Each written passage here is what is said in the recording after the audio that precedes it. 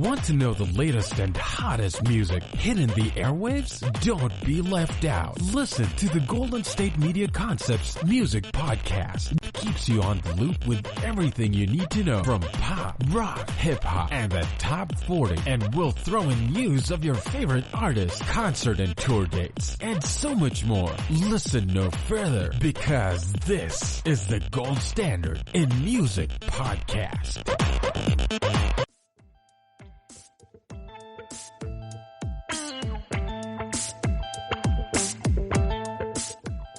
Thank you for listening to the GSMC Music Podcast, brought to you by the GSMC Podcast Network.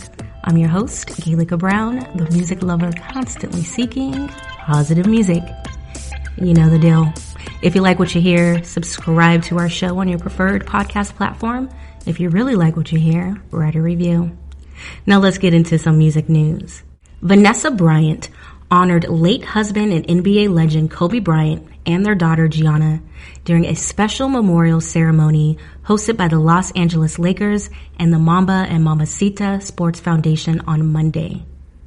I'd like to talk about both Kobe and Gigi, but I'll start with my baby girl first. Vanessa began before breaking down into tears. She was one of my very best friends. She added that Gigi was known for her love of baking, making people smile, and doing TikTok dances. She says Gigi was confident, but not in an arrogant way, and had been looking forward to high school. We will not be able to see Gianna go to high school. We didn't get the chance to teach her how to drive a car. I won't be able to tell her how gorgeous she looks on her wedding day. Vanessa added that Gianna would have been an amazing mommy and an incredible addition to the WNBA, a comment that earned cheers from the crowd. Then she moved on to talk about her late husband. After acknowledging his career and as a famous basketball player, she told the crowd that he was also her sweet husband and the father of their 4 daughters. He was the most amazing husband. Kobe loved me more than I could ever express or put into words. He would do anything for me. She said that he looked forward to Valentine's Day and special anniversary trips, even making some of her favorite gifts by hand. She said that Kobe gave her the blue dress as well as the notebook that Rachel McAdams wore in the 2004 film The Notebook, because McAdams' character wore the dress in a scene when she came back to her love, Noah. He isn't going to be here to drop Bianca or Capri at preschool or kindergarten. He isn't going to be able to walk our girls down the aisle. But I want my daughters to know the amazing person he was. She says that both Kobe and Gigi were so full of joy and adventure. God knew that they couldn't be on this earth without each other. He had to bring them home to have them together. Babe, you take care of our Gigi. We love you, she concluded. The memorial was filled with performances from this generation's divas, including Beyonce, Christina Aguilera, and Alicia Keys. Keys played Beethoven's Moonlight Sonata. Lakers general manager and Gianna's godfather, Rob Pelinka, explained shortly before her performance that Beethoven's Moonlight Sonata was Bryant's ultimate love song for his wife, Vanessa. Pelinka shared an anecdote about how on one evening, while away from his family, Bryant longingly looked out at the moon from his hotel suite's grand piano bench and promised his close friend that he would learn how to play the classical arrangement for Vanessa as a testament of their love. Vanessa brought out Kobe's romantic side like nobody else in the world could, he told the audience. While he was away, he wanted to live in his love for Vanessa, so at night under the moonlight sky, he vowed to teach himself by ear to play the first movement of Beethoven's Moonlight Sonata. When he told me this, I thought, there's no way. The next morning, Kobe called and played me the first few measures. The next morning more. By the end of the week, he had the entire piece mastered, and he played it for me over the phone without a mistake. That's love. And that's definitely a side of Kobe that none of us knew. I definitely didn't know that. Like I said before, I wasn't a huge Kobe fan, mainly because he was killing the game. I was a Sat Kings fan. Well, still kind of am. Warriors, but I always root for my home team. But whenever the Lakers would play the Kings or just any team that I liked, it was always Kobe. So it was always like, damn Kobe. But much love and respect. So I only knew him as that damn Kobe, always scoring, making it difficult for my teams to win. But this side of him, it's special, and it's cool to know how dynamic he was as a person. So speaking of memorials, many musicians have paid tribute to legendary Rush drummer Neil Peart since news of his death broke on January 10th. But fans will soon have the opportunity to gather and celebrate him themselves. A memorial event titled A Night for Neil will take place on May 16th in Ontario's Moravian Century. The venue is located in St. Catharines, Peart's hometown. The event, which is being coordinated with Peart's family, will benefit St. Catharines Hospital and Walker Cancer Center. I do not know how to pronounce this, Juravinsky Hospital and Cancer Center, the Royal Victoria Regional Health Center, as well as the Overtime Angels, a nonprofit charity that is also helping to put the event together. Now, earlier this month, Dwayne Wade confirmed his 12-year-old was transgender in an interview with Ellen DeGeneres. The former Miami Heat basketball player said Zaya told him and his wife, Gabrielle Union, that she was ready to live my truth. 50 Cent made a joke about Dwayne Wade's transgender daughter, Zaya. The Power producer shared a meme on Sunday that featured an image of Wade, 38, and R. Kelly during New York Fashion Week in 2016. A talk bubble above Kelly reads, "Heard you had a daughter now," while one above the former NBA star reads, "You touch her, I'll kill ya." Now, 50 Cent posted, his caption says, "LOL, now this some funny shit." Now, several of 50 Cent's followers thought his joke was in poor taste. One person commented, besides the fact that Zaya was brave enough to identify herself, Dwayne also has a little baby girl. So this is wrong on all levels. Wade and Union, 47, have not yet responded to 50 Cent's joke on social media. Now, they may not have commented on social media, but Cardi B entered stage left and has some comments in response to all the hate the Wades have received. Cardi spoke about age not being a factor for Zaya's announcement because she was born that way. Because she posted it on her IG story, it's no longer there, but if you would like to view it, visit billboard.com. Now, Cardi ain't only defending other celebs' kids, but her own too. Her and hubby Offset have avoided posting pictures of their 1-year-old daughter until recently, whom I might add is a very attractive baby. But internet trolls always feel compelled to share their unnecessary opinions. In a sense deleted back and forth on Twitter, captured by Hollywood Unlocked, Cardi fired back at someone who said culture is not the cutest. And Cardi says, "My daughter is very much the cutest bitch, so sit down with your overgrown gums." It has since been deleted. Now that's a fake tweet. Dumb bitch, play with your mother, or in traffic, don't play with mines. When the person responded with, "It's called an opinion," Cardi did not hold back on hers. "Okay. And this is a fact, bitch. You is trash. You lucky I am a changed woman. I would have violated your kids so bad you would hate your baby father for making them. Don't try my kids."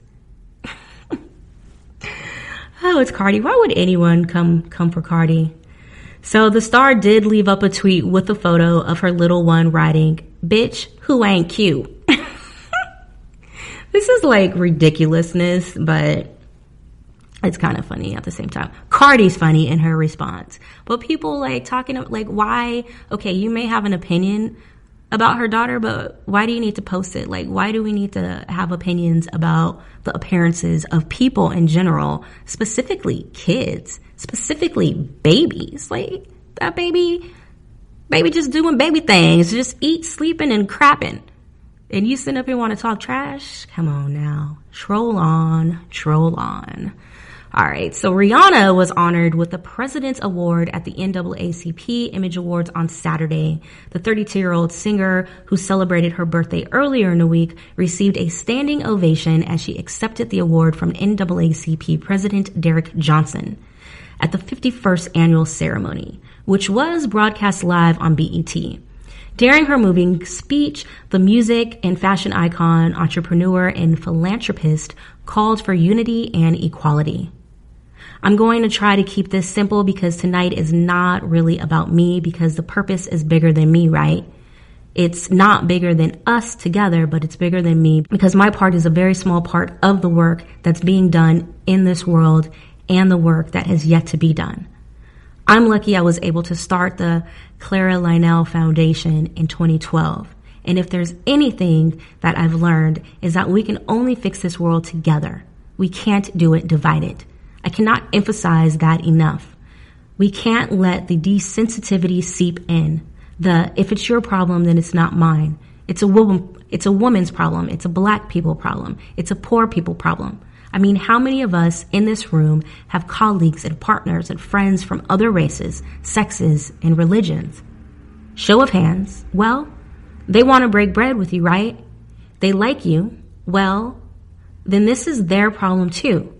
So when we're marching and protesting and posting about Michael Brown Jr.'s and the Tatiana Jeffersons of the world, tell your friends to pull up. Pull up.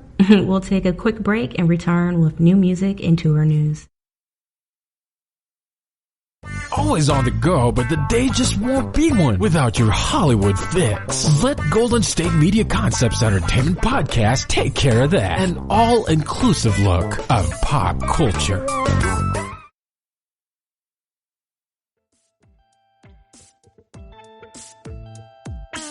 Welcome back to the GSMC Music Podcast. I'm your host, Gaelika Brown. Now it's time for new releases and tours. New album releases: Ozzy Osbourne, Ordinary Man; Royce the 5'9", The Allegory; Grimes, Miss Anthropocene, do not know how to pronounce that; Coldplay, Everyday Life; DJ Snake, Carte Blanche Deluxe, and Holvey, Broken Heart.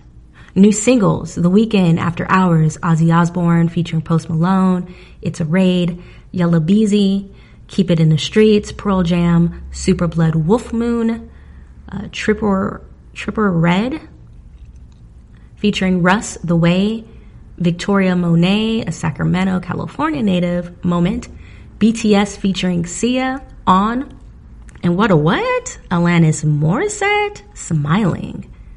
Now, Billie Eilish's No Time to Die debuts at number 16 on the Billboard Hot 100, dated February 29th, marking the latest theme song from a James Bond film to reach the chart.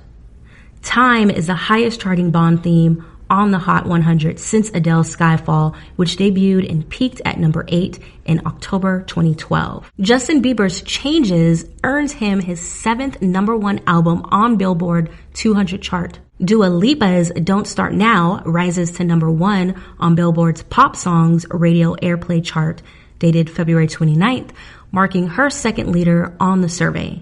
She first reigned for 4 weeks in February 2018 with New Rules. On to tours and festival news.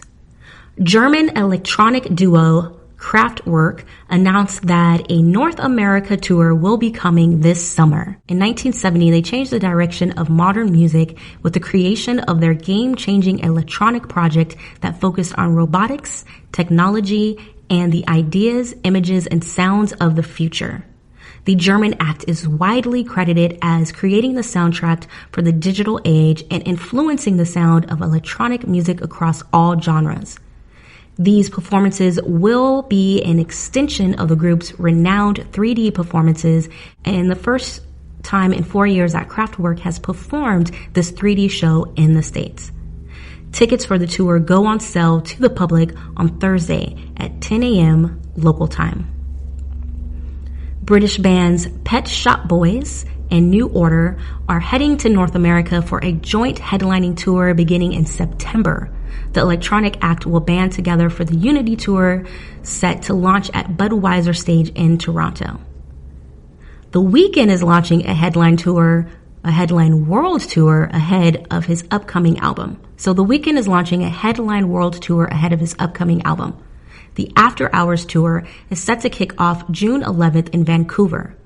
Produced by Live Nation, the 57-date global trek will travel to arenas across the U.S., Canada, the UK, Belgium, the Netherlands, Germany, and France through November 12th. The Toronto singer will be joined by Sabrina Claudio and Don Toliver in the US and 88 Glam and Claudio in Europe. Now on to the top 10 songs played in the United States according to Apple Music. Rowdy Rich, The Box. Guess what? Still number 1. Young Boy, Never Broke Again. Lil Top is number 2. I just downloaded his album. I'm gonna check him out since he keep popping up on these lists. Number 3, Future featuring Drake, Life is Good. Number 4, Young Boy, Never Broke Again, Red Eye. Number 5, Rowdy Rich featuring Mustard, High Fashion. Number 6, This Young Boy is all over this list. Here he is again with Fine by Time. And number 7 with Knocked Off. So if you didn't get that, I'm just tired of saying Young Boy Never Broke Again. But yeah, he's 6 and 7 as well. Number 8, Boogie with a Hoodie featuring Rowdy Rich, Numbers. Number 9, The Weeknd again with After Hours. No, it's not again. Number 9, The Weeknd with After Hours. Number 10, Pop Smoke Dior. And still no Baby. Maybe his days on the top 10 are over. Now let's compare that to the top 10 songs played globally according to Apple Music. Rowdy Rich, The Box sits at number 1 in the US and globally still. Number 2, The Weeknd, Blinding Lights. Number 3, Young Boy, I ain't saying his whole name, y'all know who he is, Lil Top. Number 4, Future, Life is Good featuring Drake. Number 5, Justin Bieber, Intentions. Number 6, The Weeknd, After Hours. Number 7, Tones and I is back on the list with Dance Monkey. Number 8, Rowdy Rich featuring Mustard, High Fashion. Number 9, Justin Bieber, Yummy. And number 10, A Boogie with a Hoodie, Numbers. Now, what have I been jamming? First off, I usually don't listen to singles nor talk about them. I prefer to listen to the entire project, but I am really digging this new Alanis Smiling track. It's classic Alanis. I mean, it has me excited for the album and just happy that she is still making amazing music. Now, I'm working my way through Royce da 5'9", The Allegory. It's 22 songs and an hour and 8 minutes long. So it's going to take me a minute. I mean, in this new world of EPs, anything longer than 30 minutes is a mission to get through. But Royce is classic hip hop. He is woke AF and so are his kids. His interludes with his kids includes him quizzing them on woke facts that he taught them. It's a heavy album because it deals with race in America and its history with race. The production is incredible. I wouldn't have expected anything less from Royce. Now, Christian hip-hop albums, Holvey, Broken Heart EP. So I never heard of this up-and-coming rapper/singer signed to rapper Lecrae's Reach Records. But Crae plugged him on his IG saying, "Congrats to my guy at Holvey Official on his EP. Keep your eyes on this kid." So that is the only reason I checked out this kid, because I'm a Crae fan. I didn't learn that Crae signed him I didn't learn that Crae signed him until I listened to the EP and then I started researching the kid. Now, dude is talented and he looks like a regular dude. Like, nothing about him screams artist. So watching his visuals on YouTube is kind of mind-blowing. I mean, each track on the EP has a visual, so you can choose how you would like to digest his project. Cold Water and If I Gave It All are my standouts. But the entire album you can listen from start to finish. I mean, It's an EP. It's super short. The runtime for this one is, well, on Apple Music, because obviously that's what I have. It's only 6 tracks, but it also includes the visuals on it. So it says that it's a full 20 or 40 minutes, but I'm going to just cut that in half because it's literally like a double album with the visuals. So it's probably only 20 minutes. So you see, it's easier for me to run through 20 minutes than an hour and 8 minutes, like Royce da 5'9". So I did get through Holvies a few times, and it's definitely worth a listen. It's a good vibe. Like I said, talented kid. So what we are going to do is take a break and return with music history with Alanis Morissette. Searching the vast jungle of podcasts? Now listen close and hear this out. There's a podcast network that covers just about everything that you've been searching. Hey! The Golden State Media Concepts Podcast Network is here. Nothing less than a podcast bliss with endless hours of podcast coverage. From news, sports, music, fashion, cooking, entertainment, fantasy, football, and so much more. So stop lurking around and go straight out to the Golden State Media Concepts Podcast Network. Guaranteed to fill that podcast itch. Whatever it may be. Visit us at www.gsmcpodcast.com. Follow us on Facebook and Twitter, and download us on iTunes, SoundCloud, and Google Play.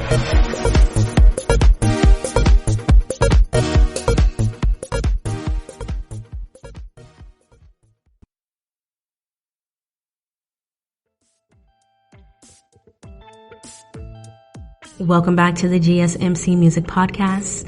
Now let's get into music history with Alanis Morissette, according to allmusic.com.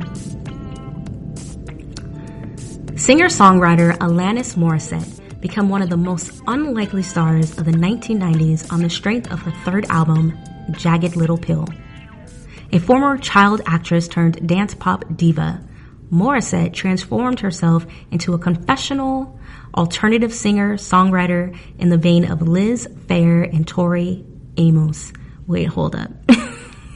I did not know this. Okay. Child actor?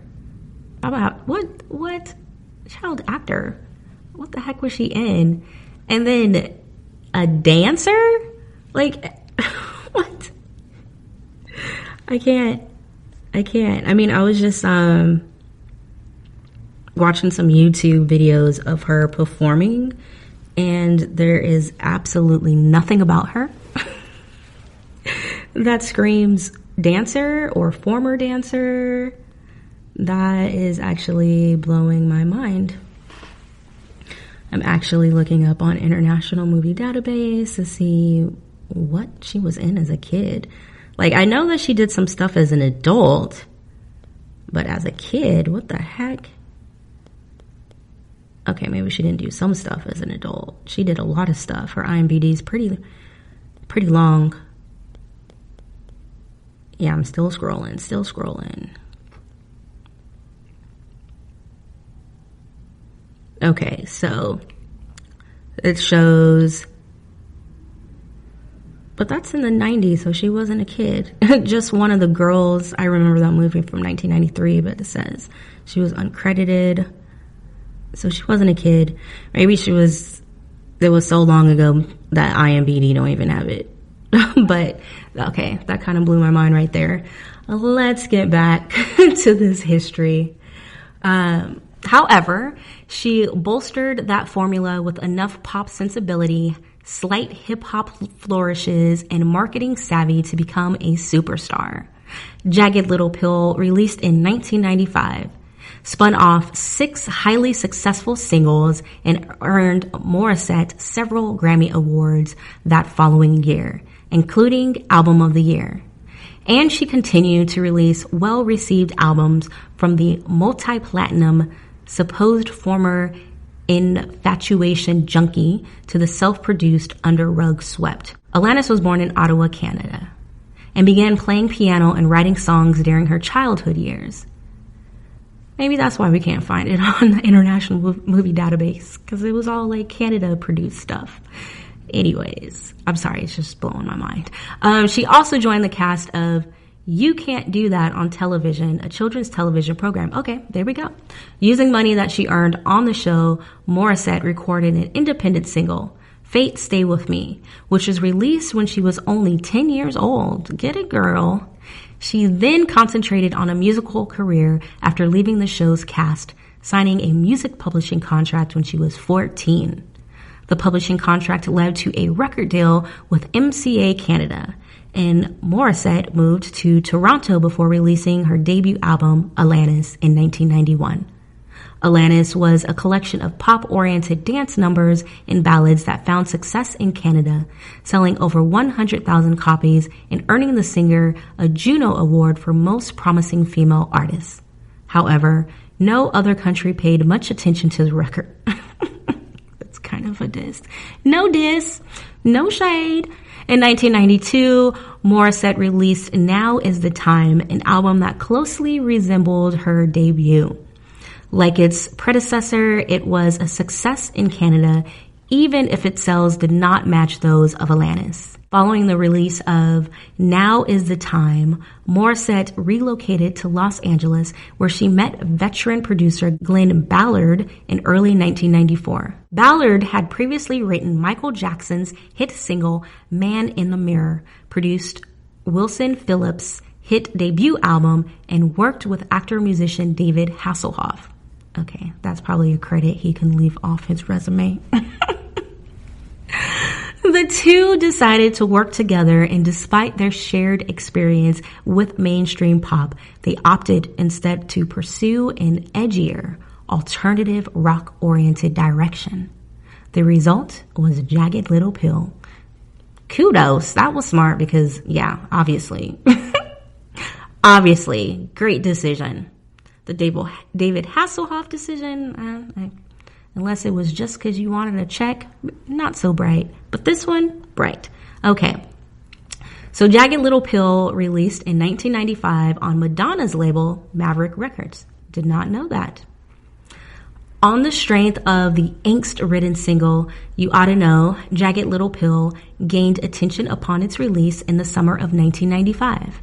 The song soon received heavy airplay from alternative rap outlets and MTV, sending the album into the top 10 and helping to achieve multi-platinum status. Jagged Little Pill's subsequent singles, Hand in My Pocket, All I Really Want, You Learned, and Ironic, kept the album in the top 10 for an astounding 69 weeks. And Morissette was nominated for 6 Grammys in early 1996.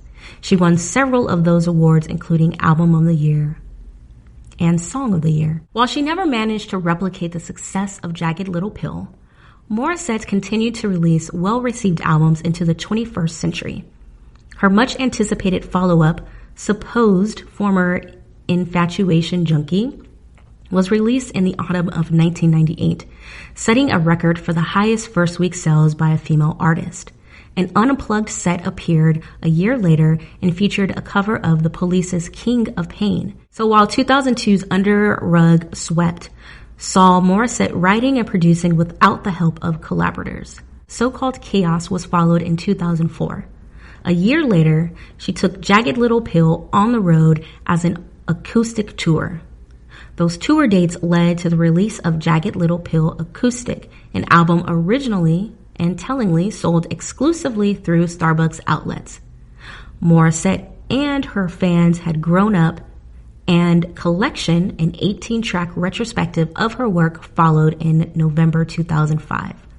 But Morissette wasn't done, returning in 2008 with The Brooding Flavors of Entanglement, which dealt with the emotional fallout from the dissolution of her engagement with actor Ryan Reynolds. In 2010, Morissette gave birth to her first child, Ever Emery, with rapper Mario MC Soli Treadway.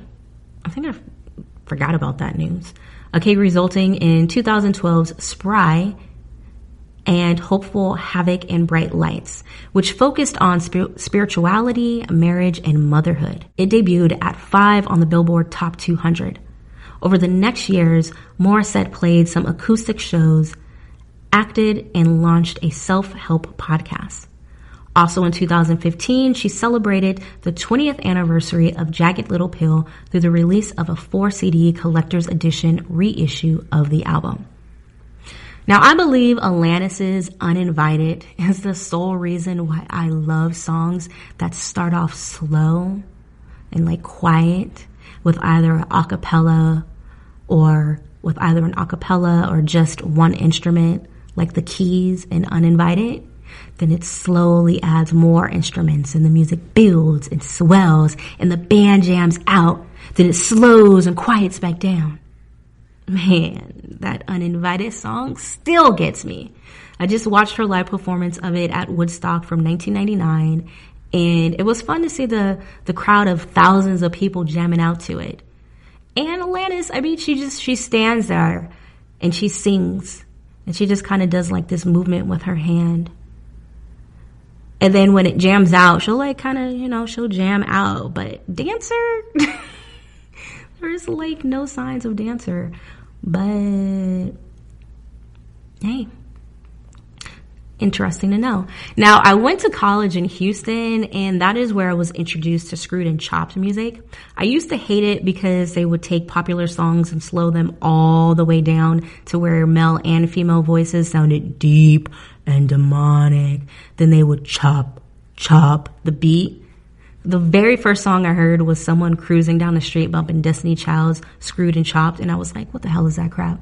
Now, after months, it finally grew on me, and I would usually hear rap and R&B songs, but Alanis is so dope. She crosses over to all hoods.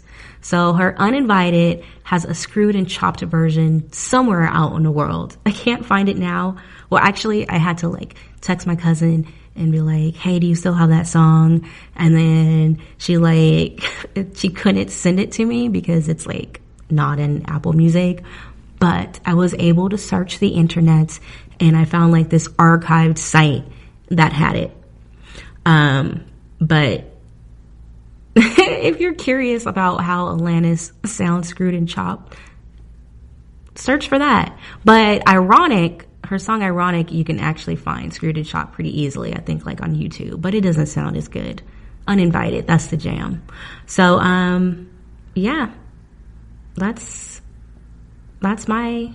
everything that I gotta say about Alanis. She's dope. I'm super happy that she's back. From what I read, sounds like she never really went anywhere. I just didn't know that she was still around. But now I know. So I definitely appreciate your time. I thank you for listening to the GSMC Music Podcast, brought to you by the GSMC Podcast Network. If you liked what you heard, subscribe to our podcast. And if you feel compelled, write a review. Until next time, I'm Gaelika Brown, the music lover constantly seeking positive music. You've been listening to the Golden State Media Concepts Music Podcast, part of the Golden State Media Concepts Podcast Network. You can find this show and others like it at www.gsmcpodcast.com. Download our podcast on iTunes, Stitcher, SoundCloud, and Google Play. Just type in GSMC to find all the shows from the Golden State Media Concepts Podcast Network, from movies to music, from sports to entertainment, and even weird news. You can also follow us on Twitter and on Facebook. Thank you, and we hope you have enjoyed today's program.